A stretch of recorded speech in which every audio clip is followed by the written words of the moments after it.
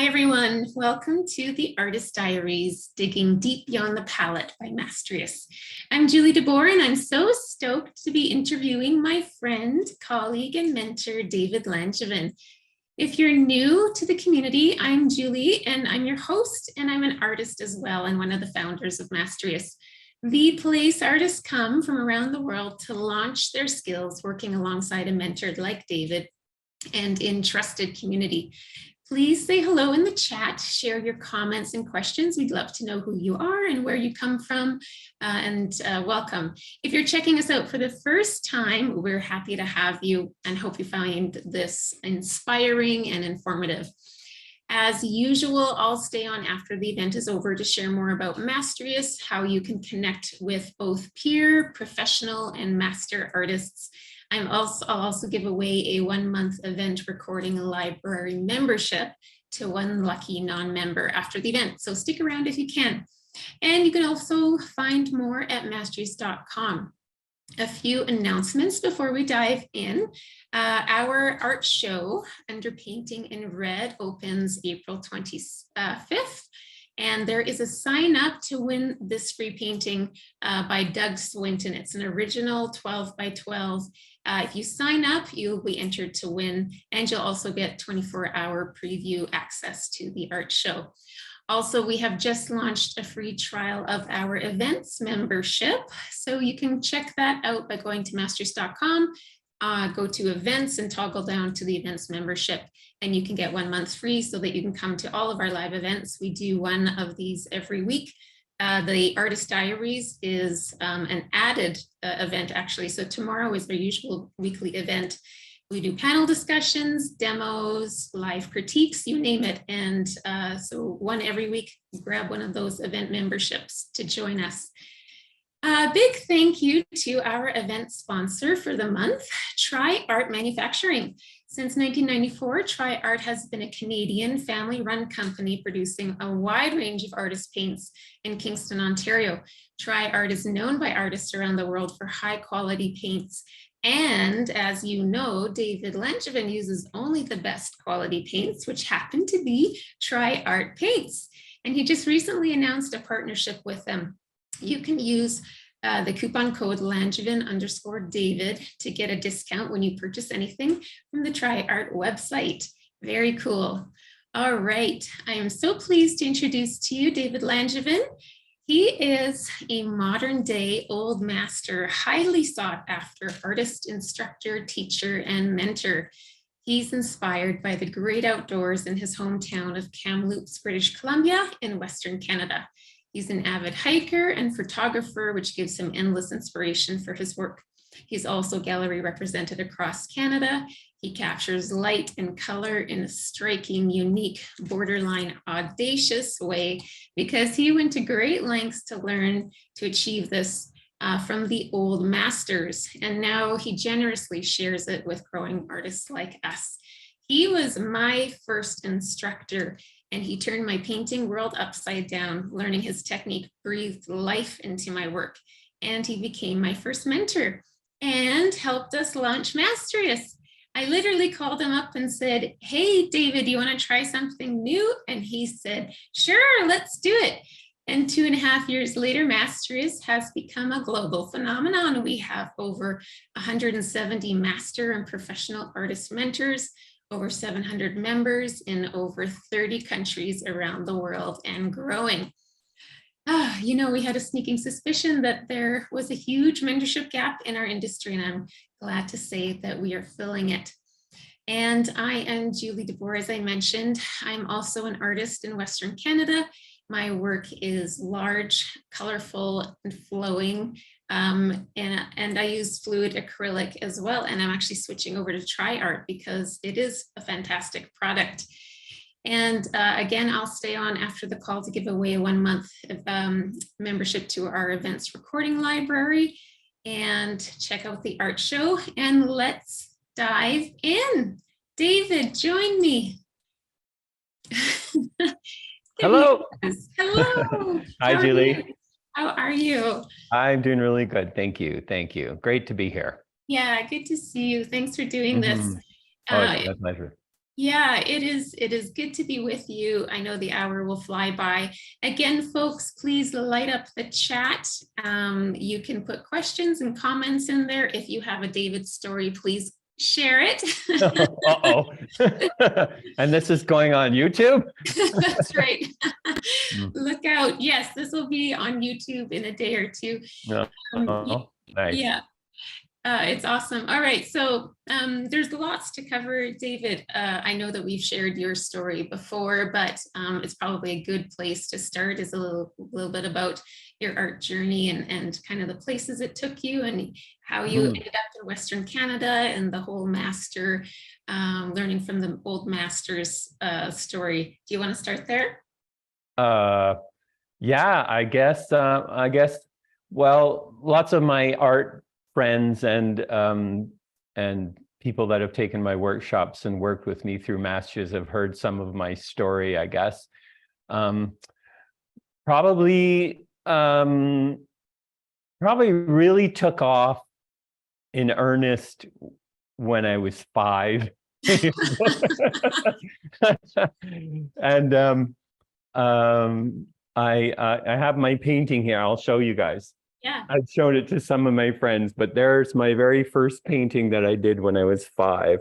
Wow. Marlon, And my brother still lives in the home. One of my brothers lives in the home we grew up in, and I was there a few years ago, and I went into one of the closets and found all of this stuff from my childhood art days.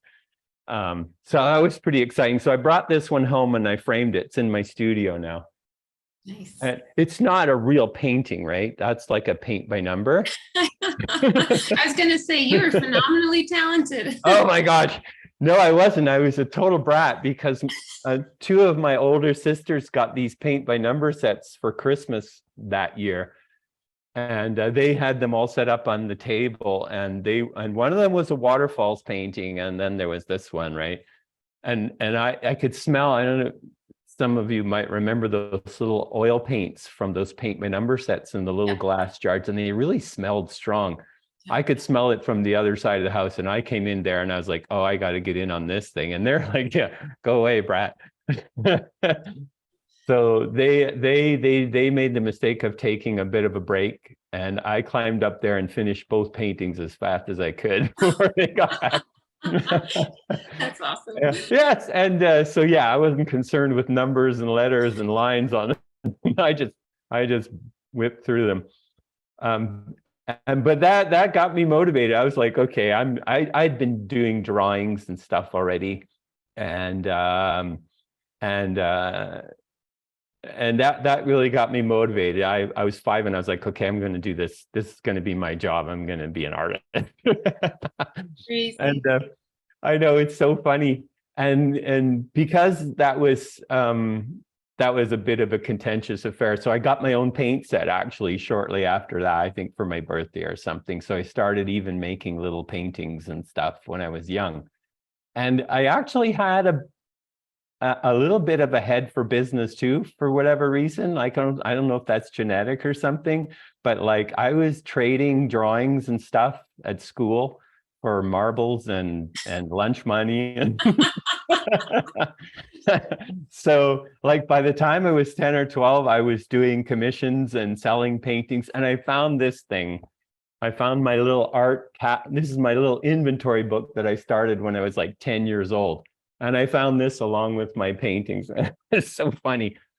I got to look through this, and it's like canvas, and I wrote down how much I paid for my art supplies and how big the painting was and how much it sold for. And I got a canvas for like 85 cents, and I framed it for $3, and I sold it for $15. Wow. I know, right? That was huge, right? That was a big deal for me because we had a big family and we were kind of poor, and I didn't have allowance or anything. So I'm the youngest I got 4 older brothers. So I didn't have any of my own clothes for like till I could afford to buy my own. So I was like, I could buy a pair of jeans.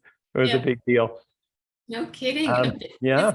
Businessman from the start. That's remarkable. Isn't that funny? Yeah. I know.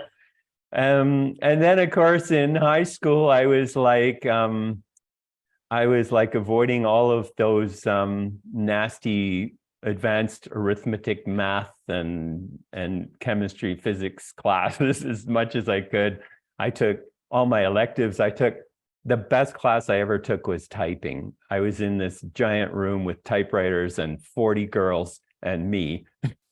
Which I don't know what the deal was.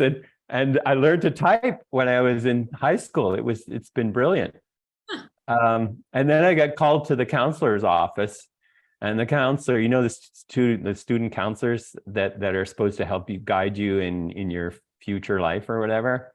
So I was in grade 11 or something. I got called in, and the counselor says, "Hey, I noticed you're not taking any algebra or advanced this or that, and science isn't, you're just taking art and drama and typing and stuff."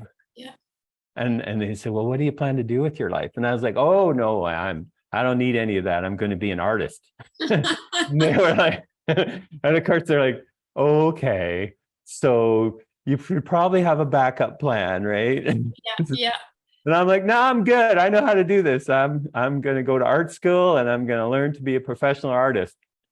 And so, of course, I graduated, went to art school, and that's where things went turned in the wrong direction for me, because, of course, and I think I've told you this story, Julie, but like that was not the best experience for me, because, of course, I went to art school hoping to learn, well, two basic things, right? I wanted to learn how to be a better painter. I was already a pretty good painter as a kid. I'd learned all self-taught, and I'd learned to paint really super hyper realist little paintings, and I would do commissions with people would give me photographs of their horse or their cabin or something. Mm-hmm. And I did these little oil paintings. So I knew how to paint like that, right? But I wanted to learn how to be a better painter. And the other thing I obviously wanted to learn was how does anybody make a living at this, right? How do you make a living? What's the whole marketing business side of it that'll help me make a career? Yeah. And the frustrating thing, of course, is that I didn't learn either of those things in university art classes. So yeah, that was kind of frustrating. And I was like, I just wanted to learn some basic technical stuff, because I'm kind of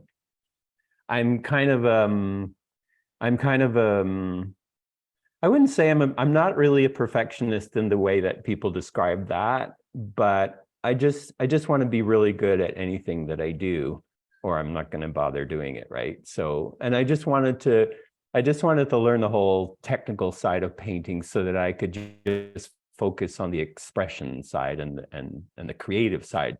You understand what I mean, right? Yeah, totally. You're not a perfectionist. You chase after excellence. Excellence is important to you.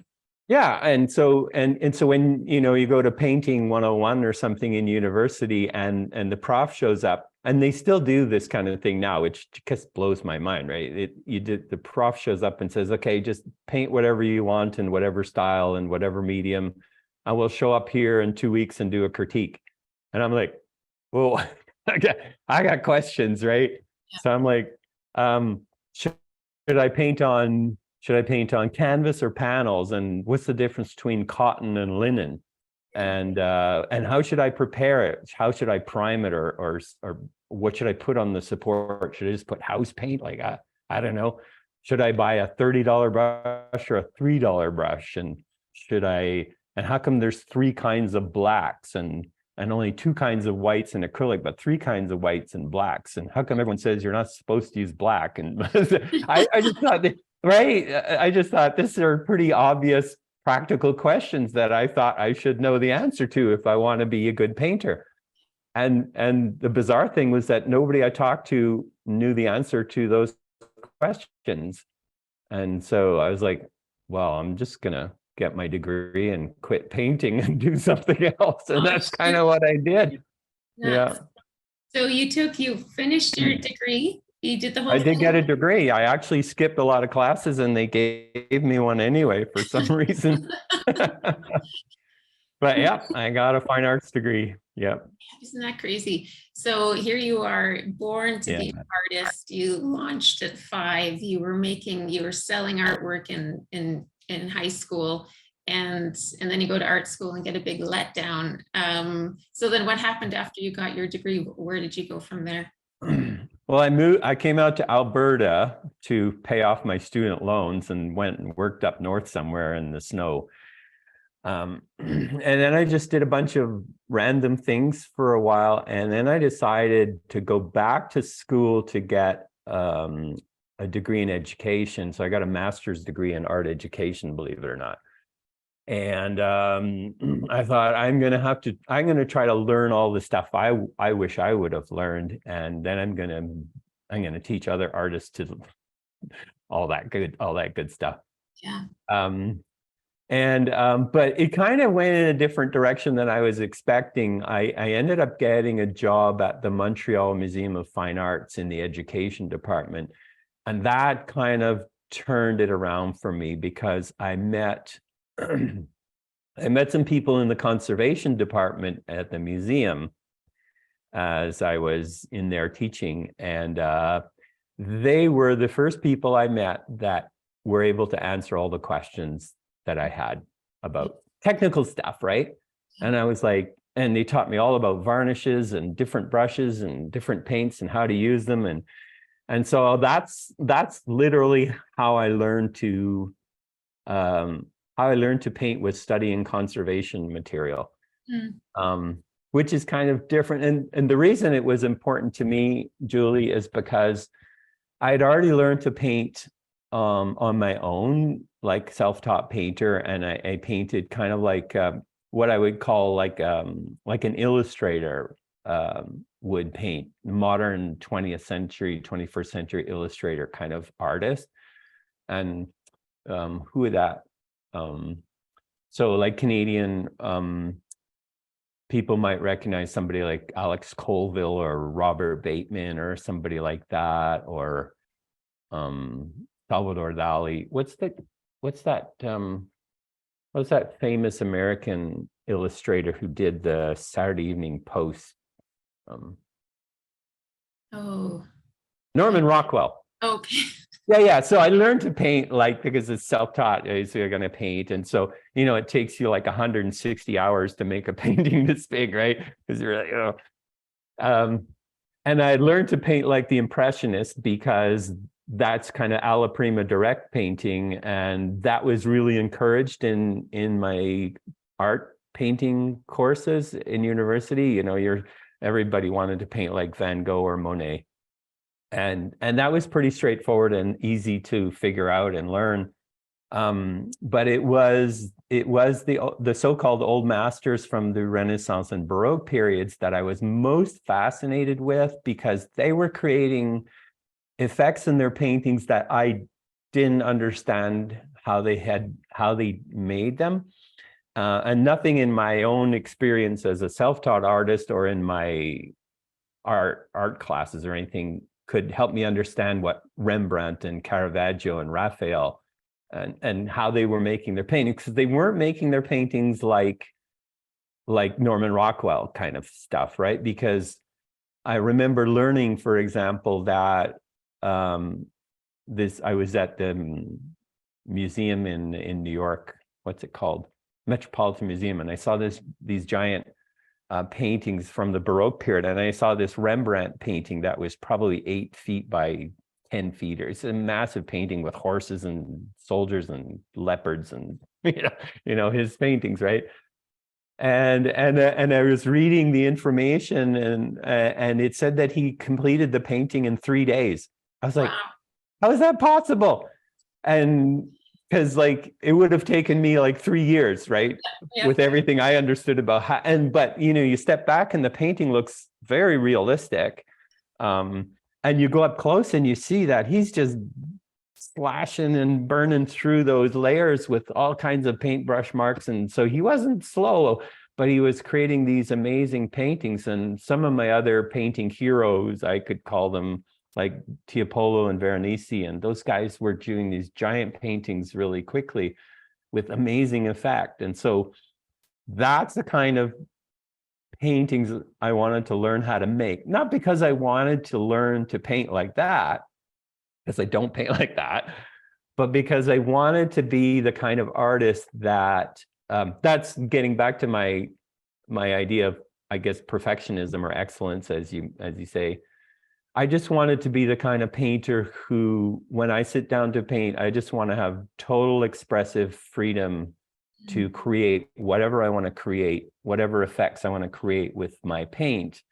And I want to know that I can create anything I can imagine or see in nature or see in any other artist's work, dead or alive. I want to just know that when I sit down to paint, I can turn off my brain. I don't have to think about why I shouldn't use black or any of those corny things that people tell you, or, or which mediums I should use to thin my paints to make them more transparent. I scratch in my head.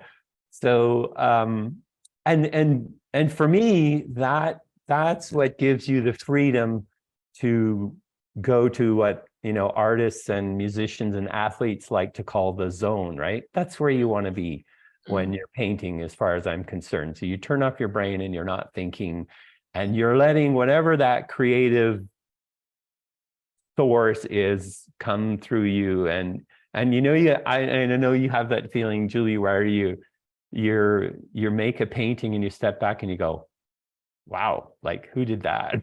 Right. Right. Sometimes. Isn't that one you showed on the screen, that green, the one with greens and grays, and that was awesome. I love that painting. Well, and I had a similar experience as you, when you say you saw this big painting at the museum, and you kind of had an aha moment that, oh, I'm missing something, right? And I had that when I saw your painting for the first time. I was 7 years self-taught and was just completely unaware of the gaps in my knowledge until I saw your painting and realized, okay, there's all these layers. It's luminous. It looks very realistic, but when you're up close, you can see that there's a lot going on that's right on. And I had that moment where, like, okay, I'm missing something. I want to learn from this man. Thank goodness. Yeah. That's cool. Mm-hmm. Yeah, that's a few years ago now. That was in Edmonton where I met you. Yeah, it was almost 7 years ago. Yeah. Oh, no kidding. Wow. Yeah. Yeah, I was finally motivated. Yeah. Well, and then so you learned from these art restorers, you kind of via the deconstruction of art, really how to build it up. Where did you go from there? Did you get back into painting right away? You were teaching, but you weren't painting as much at that time? Well, so just to talk about that painting part thing, and this is why, and we've talked about it before, why I think that this program that you guys are doing is so incredible, because all of the great painters throughout history learned in the same way, and it's by studying with masters. Right? That's how you learn pretty much anything in life, right? Somebody who's got thousands of hours and expertise and success doing something, it's like, yeah, go learn from those people. And of course, my problem was all of the artists I wanted to learn from had been dead for a long time. Right. So I didn't have any masters I wanted to learn from. So I would study these manuscripts and books written by conservationists and describing how these painters would put their paintings together. So I would literally make paintings in the style of my favorite painters until I had learned everything I wanted to learn from them. And it's kind of like people ask me so often about, they want to be an artist, or they want to do what I do, and they say, should I go to art school? And I'm like, not if you want to learn to do what I'm doing. I mean, there's good reasons to go to art school, but that's not one of them, right? I say, find your favorite artists and get some mentoring, get some coaching, take some workshops. And of course, now you can do this online through this program like yours. It's just amazing. I wish I would have had something like that. And that's just a really good way to learn anything. And so that's kind of what I did. I spent the next few years teaching myself how to paint that way, kind of getting with my dead mentors. And then I taught high school actually for several years in Montreal. And I was the high school art teacher, and I taught drama and mostly art classes. It was a really good job, and I was having fun, and I quite enjoyed it, but I wanted to continue to paint and eventually move away from teaching full-time and becoming a full-time painter. But of course, like I said before, I learned to be a good technical painter by now, but I didn't know anything about the business side of the marketing side, or how to actually make a living selling paintings. Because I'd sell paintings here and there, right? But it wasn't enough to pay for a whole lot of gas money even.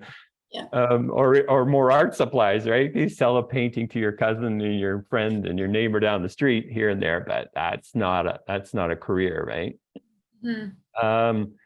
So that was my big challenge, was to figure that out. And so I thought, well, I got to get into some galleries, right? So you take your art. Back in those days, this is before the internet and all that stuff. So back in those days, you call up the gallery that you think you'd like to have your work in, and you make an appointment with the gallery owner, and you just haul all your paintings down there for the appointment, right? So I did that a few times in Montreal and got lots of rejections, like we do, right? Because like I would have rejected me too, because like this dude doesn't know what he's doing. The paintings are okay, but he doesn't know anything about this business. So yeah, so that was my, and then I started, by then I was doing these kind of funky tree paintings. They didn't look quite like the ones I do now, but that was my kind of style. I kind of landed on, was doing these funky trees. And so I had a couple of galleries in Montreal tell me, some of the nicer ones say, you know what? Your style is your paintings are good, your style is interesting, but I don't think this is the market for you, and you probably would do better out west. And I think you asked me that question about 10 minutes ago. How I ended up out west. Well, that was it, Julie. I was like, okay, I'm going out west. Nice. So yeah, quit my jobs. I had some nice, really good teaching jobs, and I quit my jobs and moved out to BC, and that was 1992, over 30 years ago. That was a bold move. Yes, and it's the kind of thing we do when we follow our, I don't like to say heart. I don't follow your heart. I follow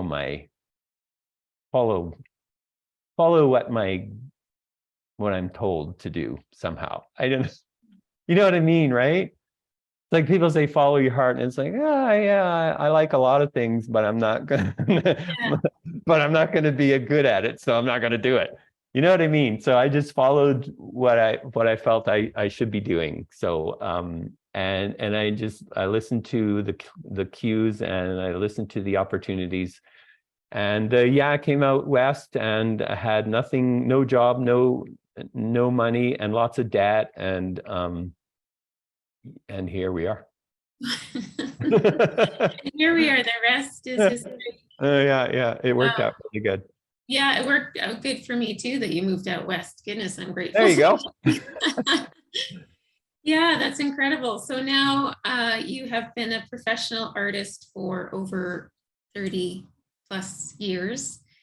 You are, well, no, I was painting full time when I moved, when I got here, and working part time and painting full time. But I don't know if, yeah, I guess you'd call me a professional artist because I was painting full time. But the first couple of years wasn't making that much money. But right, yeah. But it took off really fast. It's just brilliant.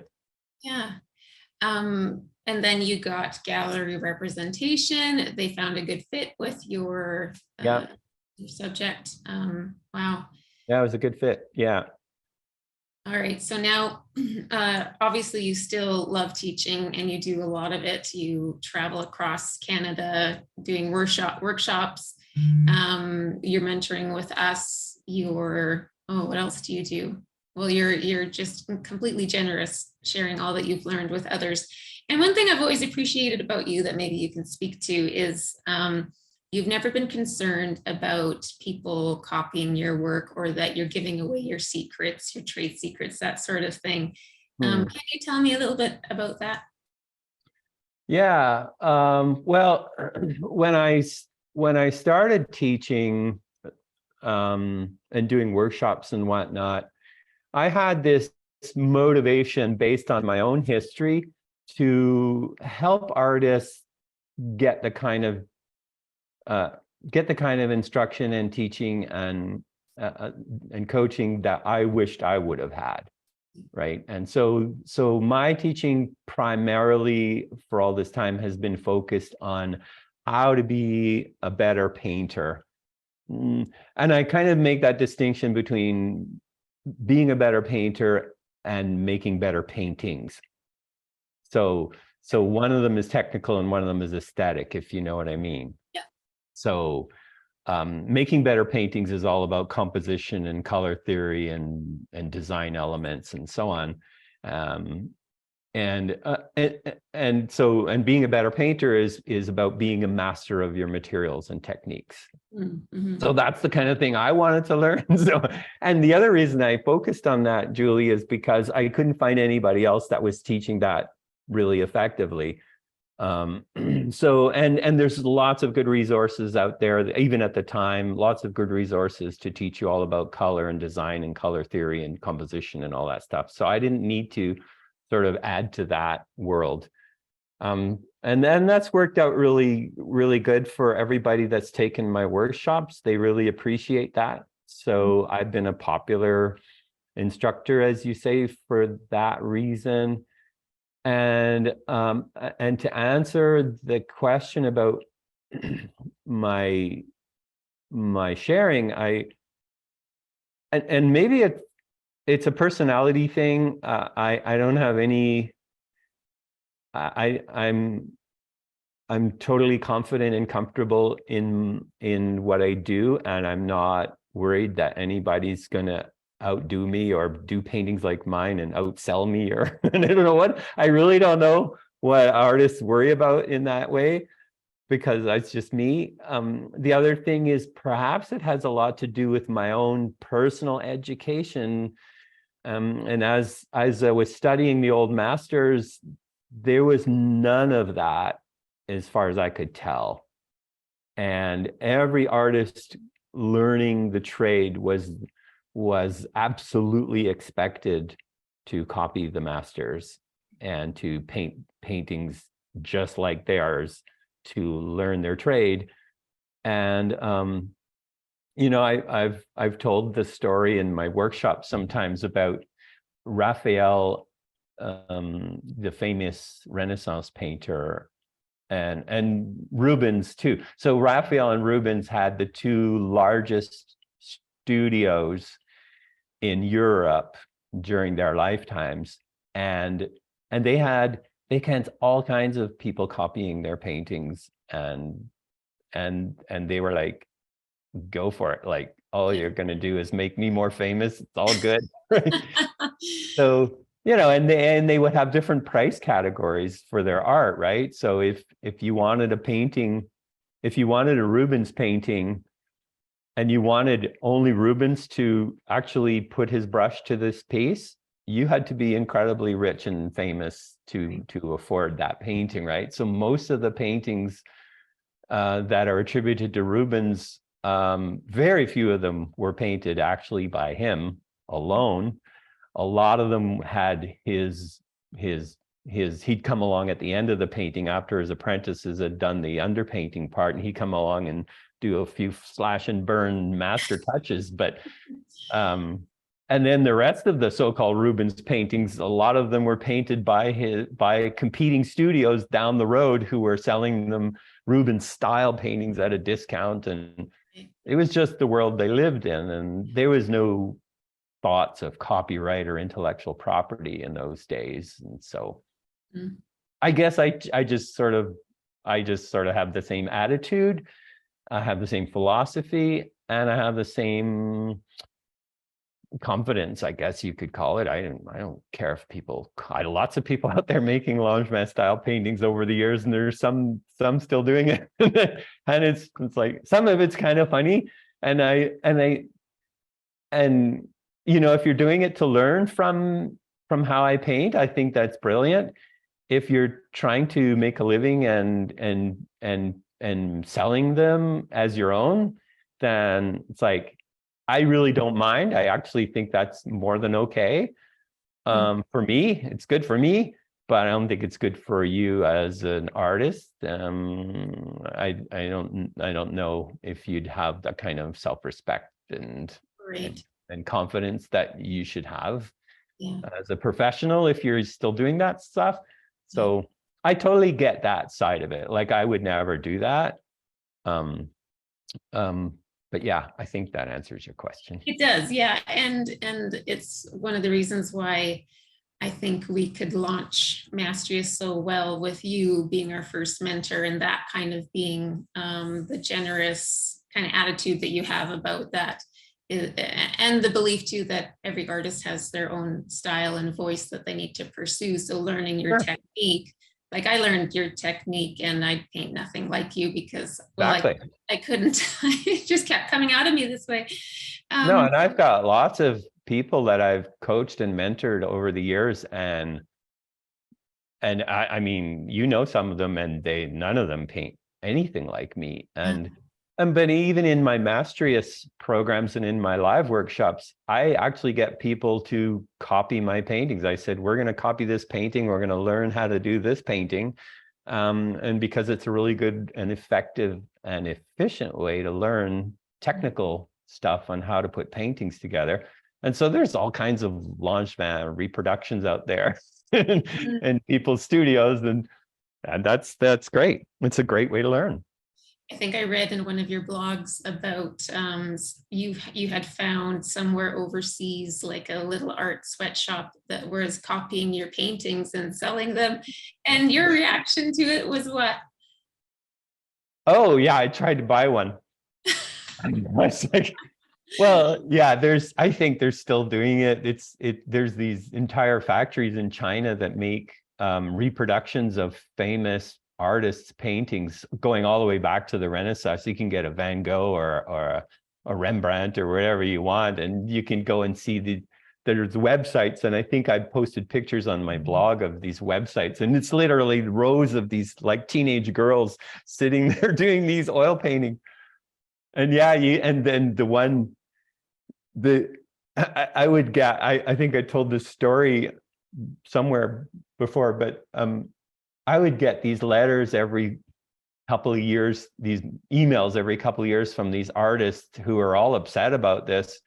And they were saying, and they wanted all these other artists. And so they'd send out this bulk email to all the artists that were on this Chinese website, right? So you go over to this website and you go to the tab that says Canadian landscape painting, and then there's a list of alphabetical names, and then there's all these artists on there, and I'm sure I'm on there under L, and so they're like, okay, they send an email to all of these Canadian landscape painters and say, we got to hire a lawyer, and we got to send them letters and force them to stop doing this and blah blah blah, and we need to raise money, and will you support our cause? And I'm like, no, I'm not gonna pay for that, because there's no copyright laws in China, and they're gonna totally ignore us in the first place. And of course, they send these lawyers letters over there, and they write back, and the Chinese factory writes back and says, "Oh, so sorry, we'll stop right away."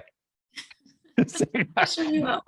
And I'm like, I'm totally the opposite. I'm like, are you kidding me? I want to be the totally best-selling artist on this website.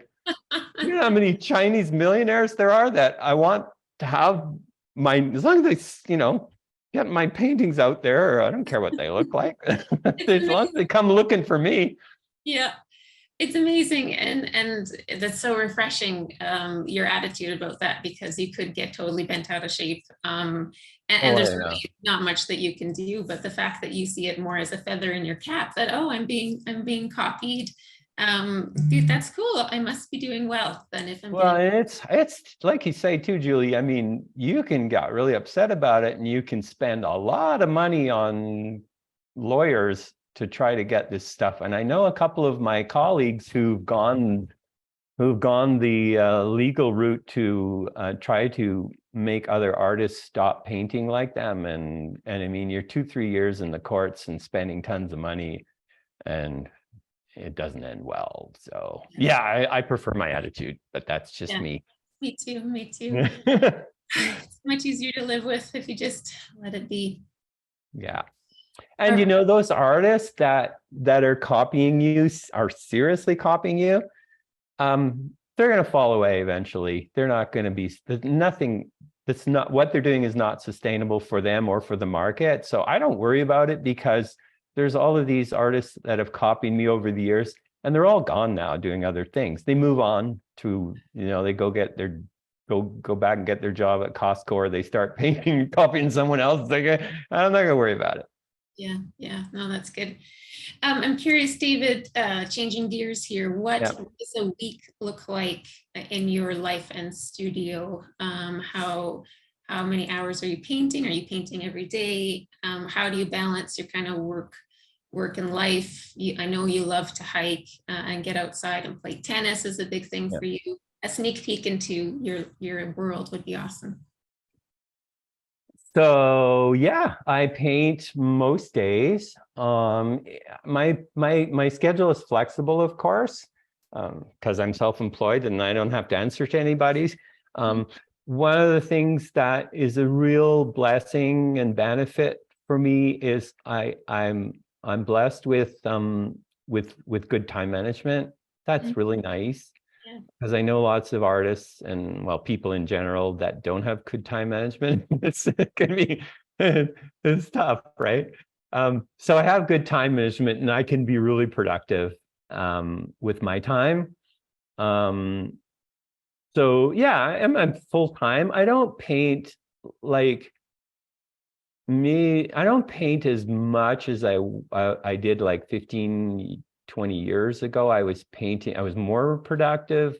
I was busier. I had more galleries. I did more shows. I had a studio assistant helping me with all kinds of, and of course you would know when you're busy with all your stuff and your life and your business now with Mastrius and your dogs and your kids, and yeah, so we all have busy lives. But no, I managed to fit it all in, and as you know, probably I'm gonna say 25% of my time, my art lifetime, a quarter of it, at least I would say a quarter of my time is spent doing things that aren't actually making paintings, right? So there's preparation work, and there's reference work, and there's photographing and cataloging and varnishing and all of those things that sort of take the brush out of your hand. So those years ago, when I had a studio assistant that could do all that stuff that wasn't painting stuff, like that's like the old masters, like they had all these kids running around the studio mixing paints for them and doing stuff so they could just paint, right? It was way efficient. Because like if you can, like my studio assistant literally increased my production by 25%. That's huge, right? Yeah. So I could take on 4 more galleries and do that many more shows. And but yeah, so now it's just me and the cats in the studio, so I don't produce quite as much as I used to. And I play tennis almost every day, because I'm like I like the whole athlete thing. I've been a jock kind of person my whole life, so that's a really nice compliment for me to be very, because when you're painting, you're kind of just standing around all day. And then I like to get out and move, so that suits me. I hike a lot, especially in the summer. One of the reasons I am out west is because I wanted to paint the mountains. And so being out here has been so amazing for inspiration for my mountain scenes and stuff. Yeah. And yeah, I play music on the weekends with my band buddies, and pretty sweet life. Yeah. Yeah, yeah. And I was going to mention too, you're in a band. You play guitar, electric, Yeah. is that right? Yeah, super fun. Yeah. Yeah. Awesome. Yeah. Multi-talented. Yeah, Hmm. I'm blessed. I'm privileged for sure. Well, you've worked hard. I'm glad. I'm curious about when we launched Mastrius and we were tackling this idea of mentorship. You have a ton of experience teaching, so mentorship was a bit of a adjustment, I guess. And you've been at it now for 2.5 years. How is it going now? What adjustments have you made? How do you understand mentorship to be different than teaching? Yeah, that was, and we talked about it a lot, you and me, right? Because when this first started, it was like blending teaching and mentoring in one program was like, okay, how am I going to do that? Yeah. Right? Because I've been teaching and mentoring for years, but when I'm teaching, like the workshop that you came to, like I just go to these workshops and I have a specific program that I teach in these workshops, and people sign up for these workshops, and they're generally marketed for intermediate to advanced painters. But generally speaking, I don't care who shows up to these workshops, and I'm not involved in registration or anything like that. So I just say I'll take a maximum of 20 people, and whoever shows up in all different styles and skill levels and whatever. But it's all teaching. So I basically am downloading information and I'm teaching stuff to whoever, and people can take on as much as they're able to and learn as much as they can from the workshop, and then I'm on my way. That's teaching, right?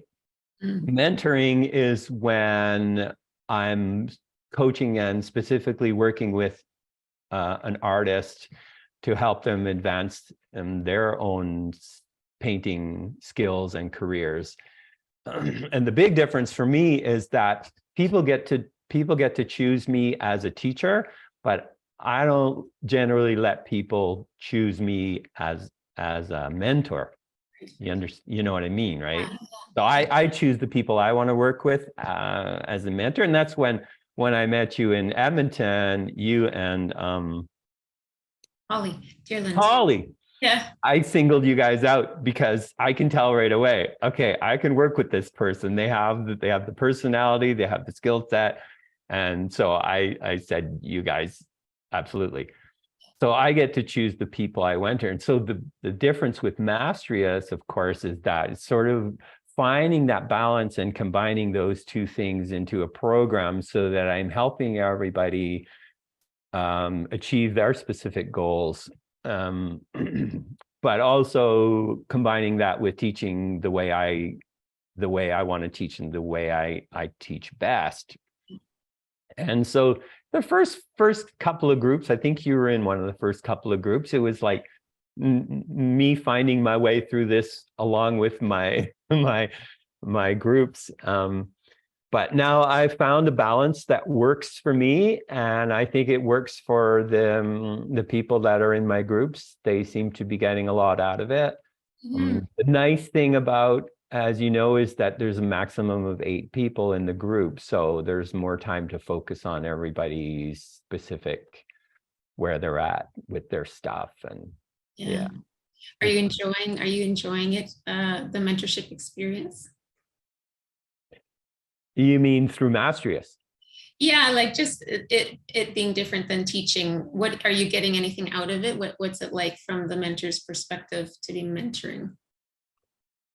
Well, one of the reasons, the 2 main reasons that I teach are because I want to share and contribute and help other artists, like I said, right? Teach them the kind of stuff I wish I would have learned. Not just for painting, but also the business marketing stuff, because I had to learn all that stuff the hard way. So, but the other reason I like to teach is because art, as you know, is a really solitary. It's not like the olden days with the master apprentice system, which was really directly connected to the community, and everybody was coming and going, and you always had lots of people in your studio, and it's more of a solitary occupation these days. And I like to meet people, and I like to see what other people are up to. And I get to, when I'm teaching and in mentoring, like in this program, I get to meet all kinds of wonderful, really cool people, lovely people, and make friends that way, and connections. And so that's the other reason I like teaching and mentoring. So what was your question? I know you Is that answering it? I don't know. What was the question? No, you're good. You answered it. Yeah. Okay. Yeah, about the relationship piece, which is, I like the relationship part. Yeah, that connecting relationship thing is really cool. So, yeah. I mean, and you guys, like you and Mike, you guys are beautiful. I love you guys. And so I wouldn't have met you if it weren't for my teaching and mentoring, right? Yeah, that's awesome. And that's the heart, kind of the foundation of what we're trying to do, is get people back into relationships. I love it. You guys are doing amazing. Yeah, well, right back at you. That's awesome. All right, so I always ask, and I've asked you this many times. I'm going to make the question harder this time, though. Advice for growing artists. Let's say for an aspiring artist, for an emerging artist, for an accomplished artist. Would you give different advice? What would it be for where they are in their journey? Advice for 3 different artists at 3 different places? Yeah. What were those 3 places? Is aspiring, so kind of the hobby artist, and then emerging, so kind of where Holly and I were when you met us. Yeah. And then accomplished, so more the professional level. Wow. That's hard, Julie. And the reason it's hard for me is because, and that goes back to my thing about separating mentoring and teaching. So it depends. Who am I talking to, right? So to me, it's going to be specific to whoever I'm talking to. And so for me to answer that question would be me spending more time asking questions than giving advice, if you know what I mean. I love that. Right. So I'm just going to be saying, well, what do you want? Where are you at? Where are you going? What's your community? What's your connection? What do you, And so I just have questions. And maybe other people would have more generic, generalized advice, and I probably have some of that. But in general, it would come down to the individual. So. Wow, you are a true mentor. That was a totally. Is that a good answer? You like that? Yeah. Okay. Well deflected. All right. Yeah. Actually, you're on to me. That was too hard.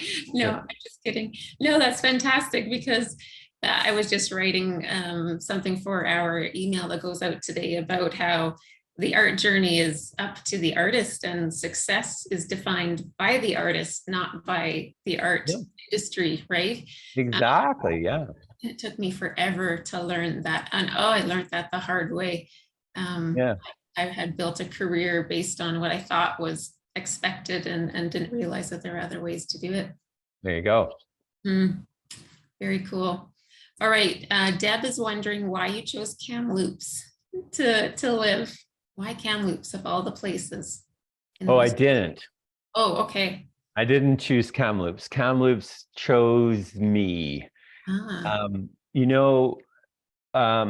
Packed up the car, and with all of our belongings fit into one car, and we just left everything behind. And on our way out west, my thinking was living in a big city, because I was used to the big city lifestyle in Montreal, and it had all that stuff that would support my lifestyle I was used to.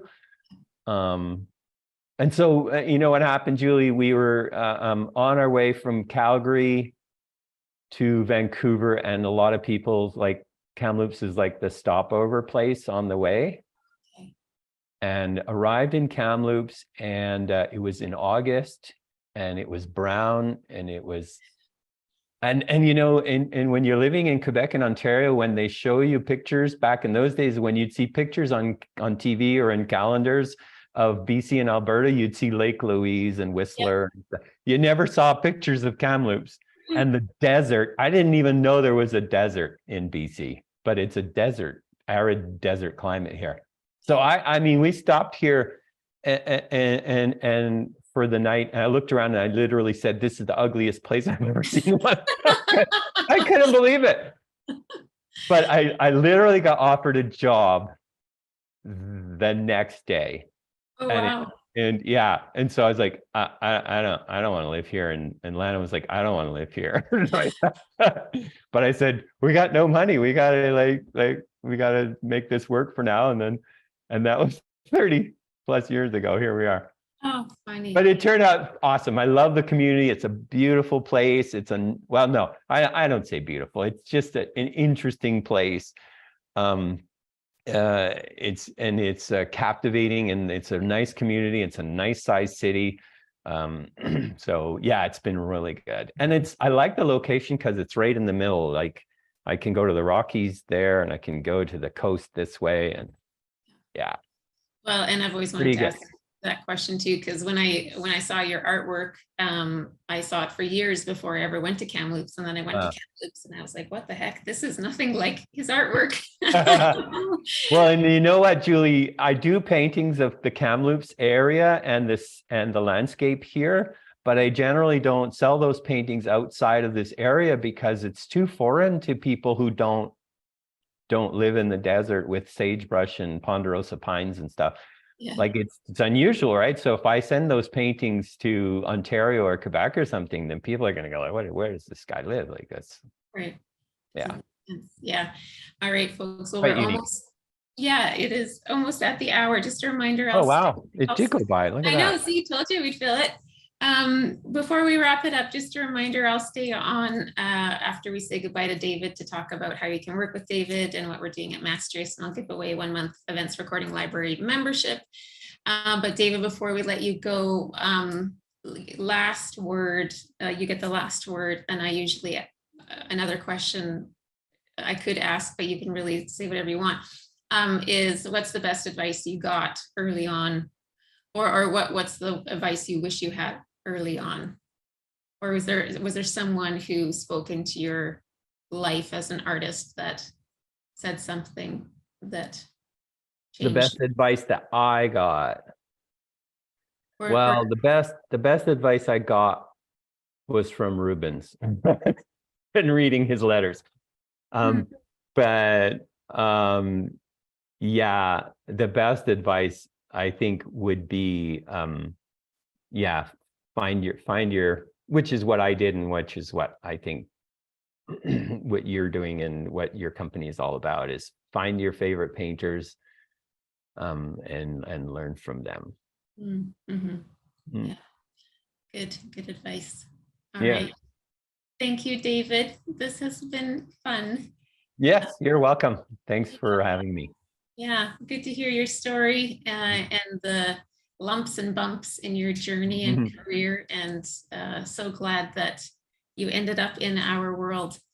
Yeah, me too. Awesome. Thanks everyone for coming. I see your comments. And yeah, Bonnie says, I miss being mentored by David. Yeah. You've had so many mentees here, and your new group's open in the fall. So I know a few people have already registered. So yeah, I have a couple starting in the fall. Yeah, that's great. Okay, well, we'll let you go, David. Thank you so much. It's so nice to see you. Thanks, Julie. Okay, take care. Bye now. Bye.